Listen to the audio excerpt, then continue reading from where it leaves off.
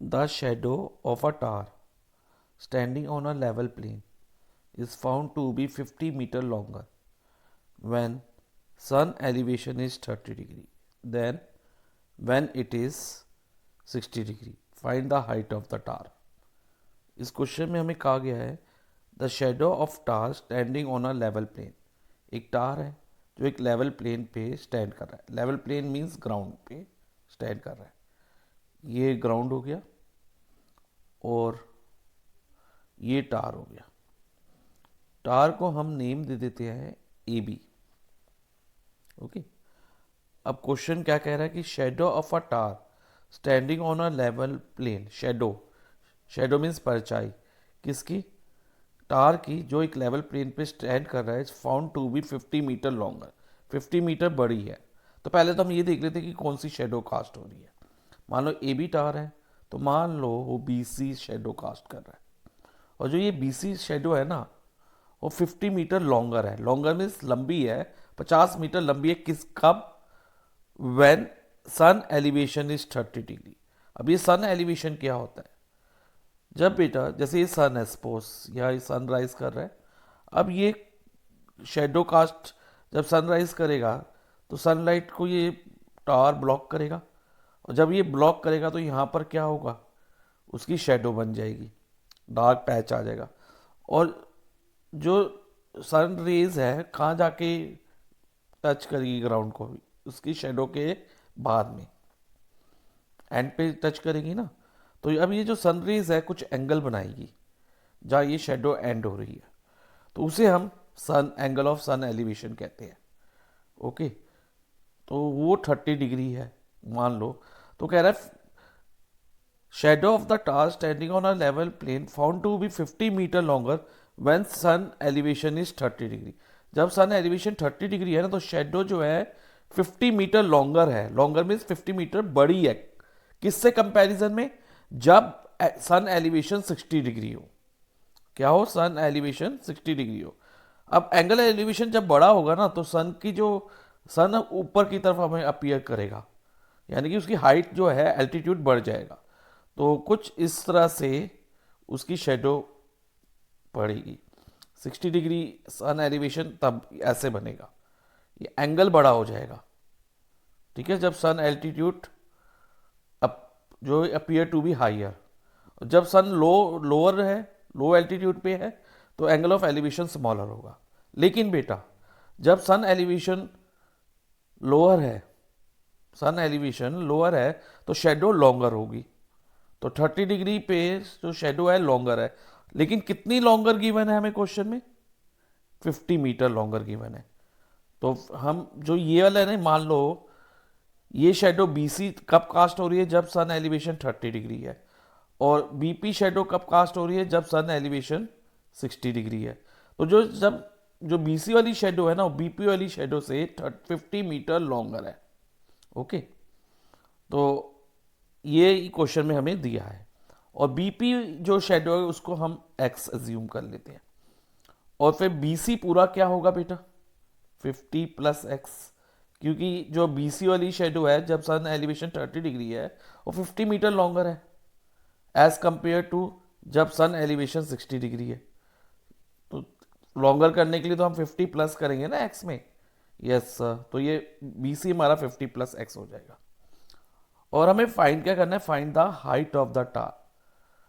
टार की हाइट, यानी कि टार की हाइट को हम एच मीटर मान लेते हैं। ओके, तो ये हमें फाइंड करना है। Let the height of the tower is equal to H meter. अब बेटा एक बात का ध्यान रखना, जो टार होगा वो हमेशा परपेंडिकुलर होगा ग्राउंड को। ठीक है, तो यहाँ पर ये 90 डिग्री का एंगल बनेगा। तो अब हम पहले लेंगे in right triangle A B P, trigonometry apply करेंगे। In right triangle A B P, ठीक है बेटा। ए बी पी में, right triangle A B P में जो राइट एंगल के सामने वाली साइड है ना बेटा, दैट वुड बी हाइपोटेन्यूज। तो ए पी हमारा हाइपोटेन्यूज है इस ट्रायंगल के अंदर। और बाकी दो साइड परपेंडिकुलर और बेस होगी। अब कौन सी साइड को हम परपेंडिकुलर कंसीडर करें और किसको बेस करें? अगर हम ट्रिग्नोमेट्रिक रेशियो जैसे 60 डिग्री रिस्पेक्ट में निकाल रहे हैं, एंगल पी की रिस्पेक्ट में निकाल रहे हैं, तो एंगल पी के अपोजिट वाली सामने वाली साइड परपेंडिकुलर होगी। देखो बेटा, एंगल बी के अपोजिट कौन सी साइड दिख रही है आपको, मैं एरो से दिखा रहा हूँ। It is appear to be A B है ना, तो ये परपेंडिकुलर होगी और साथ वाली साइड बी पी बेस हो जाएगी। तो हम ये दो साइड इसे क्यों ले रहे हैं, हम हाइपोटेन्यूज क्यों नहीं ले रहे? दिस इज बिकॉज हमें परपेंडिकुलर ये height of the tower find करनी है, जो कि ए बी है, परपेंडिकुलर है, और ये इधर हमें बी पी एक्स हमने लिया है, तो इसलिए हम परपेंडिकुलर और बेस वाली रेशियो लेंगे। अब बेटा, किस ट्रिग्नोमेट्रिक रेशियो में परपेंडिकुलर और बेस होता है, उसके लिए बेटा आपको ये याद रखना होगा, साइन कोस टेन। इसको आप ऐसे याद रख सकते हो, सोना चांदी तोला। फिर है P B P H H B, P for perpendicular, B for base और एच फॉर हाइपोटेन्यूज। और इसको भी आप एक तरीके से याद रख सकते हो, पंडित बद्री प्रसाद हर हर बोले, पंडित बद्री प्रसाद हर हर बोले। तो अब आप देखो बेटा, इसमें परपेंडिकुलर और बेस कौन से रेशियो में है, टेन में ही है ना? यस सर, टेन में। तो हम टेन 60 डिग्री लेंगे, क्योंकि एंगल किस रिस्पेक्ट में हम रेशियो निकाल रहे हैं, 60 डिग्री के रिस्पेक्ट में। तो tan 60 degree is equal to perpendicular upon base. अब इस ट्रायंगल में परपेंडिकुलर क्या है, ए बी है, और बेस हमारा बी पी है, A B upon B P. अब टेन 60 अगर ट्रिग्नोमेट्रिक रेशियो टेबल से आप देखो, ट्रिग्नोमेट्रिक टेबल में देखो, तो टेन 60 की वैल्यू √3 है। ट्रिग्नोमेट्रिक टेबल बेटा आपको लर्न करना होगा, या आप उसको फॉर्म करना आना चाहिए। और ट्रिग्नोमेट्रिक टेबल को फॉर्म करने की ट्रिक मैंने एक सेपरेट वीडियो में एक्सप्लेन किया है, उस वीडियो का लिंक डिस्क्रिप्शन में प्रोवाइडेड है, you can watch from there. तो बेटा ए बी हमारा कितना है, एच है, बी पी एक्स है। अब क्रॉस मल्टीप्लाई करो, तो ये क्या बनेगा, √3x is equal to H, H is equal to √3x। इसको अभी आप यहीं लीव कर दो एज इट इज, ठीक है। अब हम लेते हैं in right triangle A B C, in right triangle A B C, इसमें ए बी परपेंडिकुलर है और बेस कौन सा है, बी सी। तो और एंगल क्या है, सन एलिवेशन का 30 डिग्री। तो हम करेंगे tan 30 degree is equal to perpendicular यानी कि ए बी अपॉन बेस यानी कि बी सी। अब अगर ट्रिग्नोमेट्रिक टेबल में बेटा टेन 30 की वैल्यू देखोगे या आपको लर्न हो, तो वो होती है 1/√3, फाइन।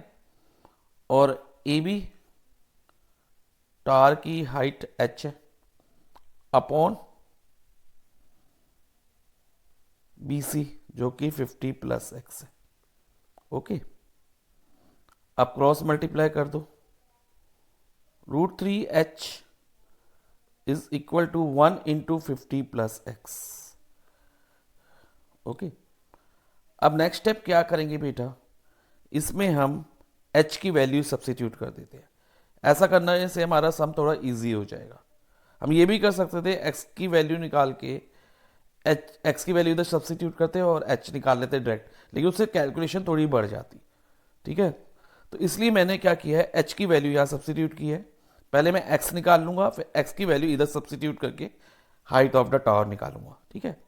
तो अब मैं वैल्यू सब्सिट्यूट करता हूँ। h की वैल्यू हमारे पास क्या है बेटा, √3x।